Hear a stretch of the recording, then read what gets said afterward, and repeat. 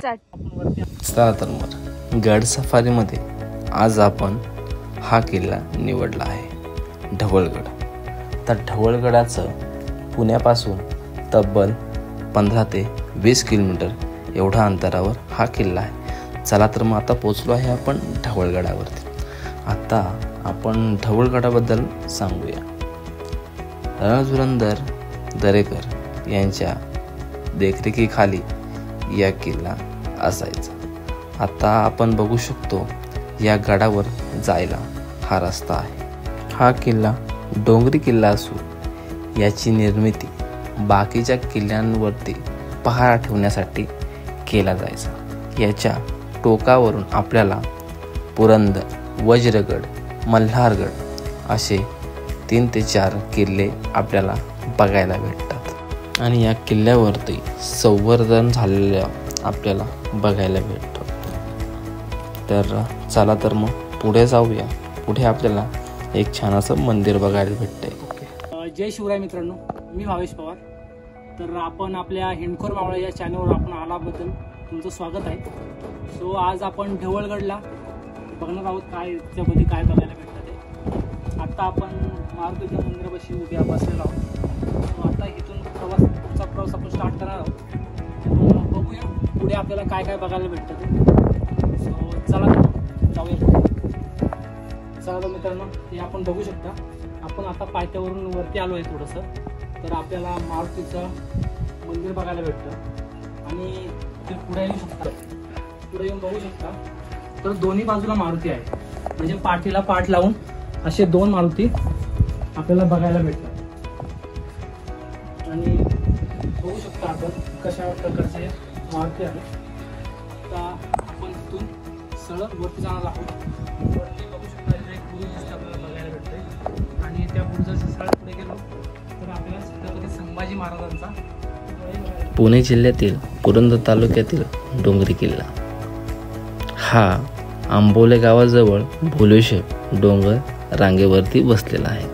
समुद्रसपाटीपासून 864 मीटर एवढा आहे आणि हा किल्ला रणधुरंदर सरदार खंडोराव दरेकरांच्या आंबेगाव इतिहासाचा नोंदणी दाखवतो.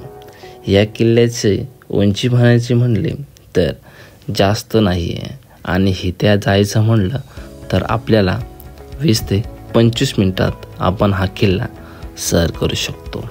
आता ह्याचं वैशिष्ट्य म्हणलं तर ह्या किल्ल्याला ढवळगडच का नाव पडलं तर सांगितलं जातं की वरती ढवळेश्वर नावाचं मंदिर आहे म्हणून ह्याला ढवळगड असे नाव पडले आहे. तर चला मग आपण बघूया या किल्ल्यावरती आपल्याला अजून काय काय बघायला भेटतं ते. आता आपण मारुतीच्या देवडीपासून पुढे जात असताना आपल्याला काहीच मिनिटामध्ये आपल्याला पुढे एक छान असं गणेशाचं मंदिरही बघायला भेटतं. चला तर मग तुम्हाला मी दाखवतो. आता पुढे बघा. आता पुढे आपण चाललो होतो तर आपल्याला एक गणेशाचं मंदिर बघायला भेटतं. चला तर मग त्याचे दर्शन घेऊ आणि पुढे जाऊया.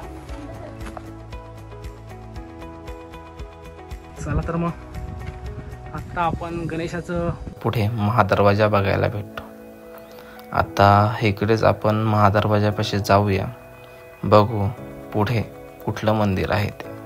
आपण आधी सांगितलं होतं ढवळेश्वर हे मंदिर आपल्याला माहिती आहे. वरती डोंगराच्या टोकावरती आहे. हेच ते मंदिर ढवळेश्वर मंदिर. चला तर मग त्या मंदिराच्या मध्ये जाऊन दर्शन घेऊया. आता हे बघू शकता हे वाड्याचा अवशेष सांगितलं जातं. हे जुने वाड्याचा अवशेष आहेत म्हणून. तर हे बघा इकडे ही एक नंदी बघायला भेटतो आणि हे बघा नंदी आणि काही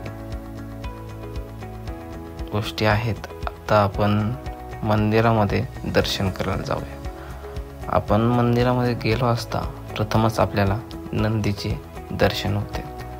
आपण आता पुढे गाभाऱ्यात जाऊया. गाभाऱ्यात गेलो असं सुंदर असं आपल्याला शंकराची पिंड बघायला भेटते. चला तर मग दर्शन घेऊन आपण पुढील मार्गास जाऊया. पुढील पठारावरती छत्रपती संभाजी महाराजांचं एक छान असं मोठं प्रतिमा पुतळा बांधलेला आहे. त्याचं दर्शन घेऊया. चला मग थोडंसं पुढे जाऊया. तब्बल 2 ते 3 मिनटं लागतात तिथे जायला, पण खूप छान अशी प्रतिमा आहे. ही बघू शकता, ही माझी बहीण आहे आणि तीही आज माझ्यासोबत आलेली आहे गडावरती. सो चला तर मग आता बघू शकतो आपण छत्रपती संभाजी महाराजांचा हा छान असा पुतळा. सो चला तर मग खूप छान असा बनवलेला आहे आणि आपण बघू शकतो एवढा अप्रतिम दिसतोय तो. खूपच फर्स्ट टाइम मी गेलो तेव्हा मी भांबावलो होतो. तो खूप छान असे फोटो काढले तिथे. चला तर मग तुमची संमती घेतो आणि व्हिडिओ आवडला असेल तर नक्कीच सबस्क्राईब करा. चला, धन्यवाद.